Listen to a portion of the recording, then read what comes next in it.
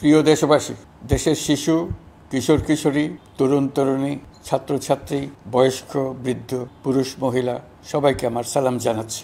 আসসালামু আলাইকুম। বক্তব্যের শুরুতে আমি গভীর শ্রদ্ধা জানাচ্ছি জুলাই আগস্ট মাসে ফেসিবাদের বিরুদ্ধে ছাত্র শ্রমিক জনতার অভ্যুত্থানে নিহত সকল শহীদের প্রতি। আমি আরও স্মরণ করছি তাদের যারা ফেসিবাদী শক্তির প্রাণঘাতী অস্ত্রের সামনে হিমালয়ের মতো দাঁড়িয়ে অন্যায়ের প্রতিবাদ করে মৃত্যুকে আলিঙ্গন করেছে, আহত হয়েছে, পঙ্গুত্ব বরণ করেছে, হারিয়েছে তাদের চোখের দৃষ্টি। সেই সব বীরদের স্মরণ করছি যারা মিথ্যাচার, লুটপাট, স্বৈরতন্ত্রের বিরুদ্ধে এক দফা দাবি নিয়ে দাঁড়িয়েছিল। কৃতজ্ঞতা চিত্তে স্মরণ করছি আপনাদের ভাই বোনদের, আপনাদের সন্তানদের যারা এই বিপ্লবে অংশগ্রহণ করেছিল।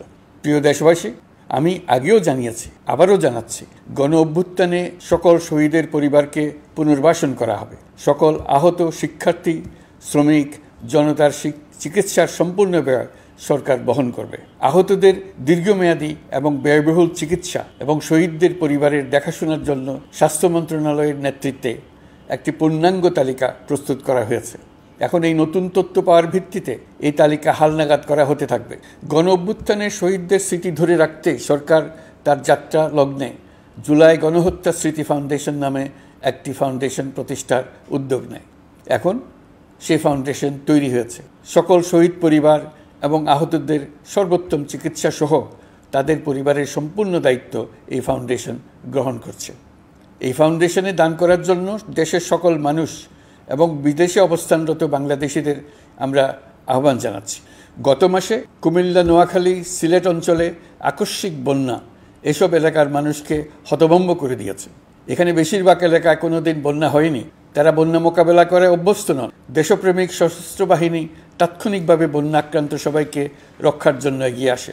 সেনা, নৌ এবং বিমান বাহিনী পরস্পরের সঙ্গে সমন্বয় করে একযোগে কাজে নেমে পড়ার ফলে মানুষের দুর্ভোগ কম হয়েছে।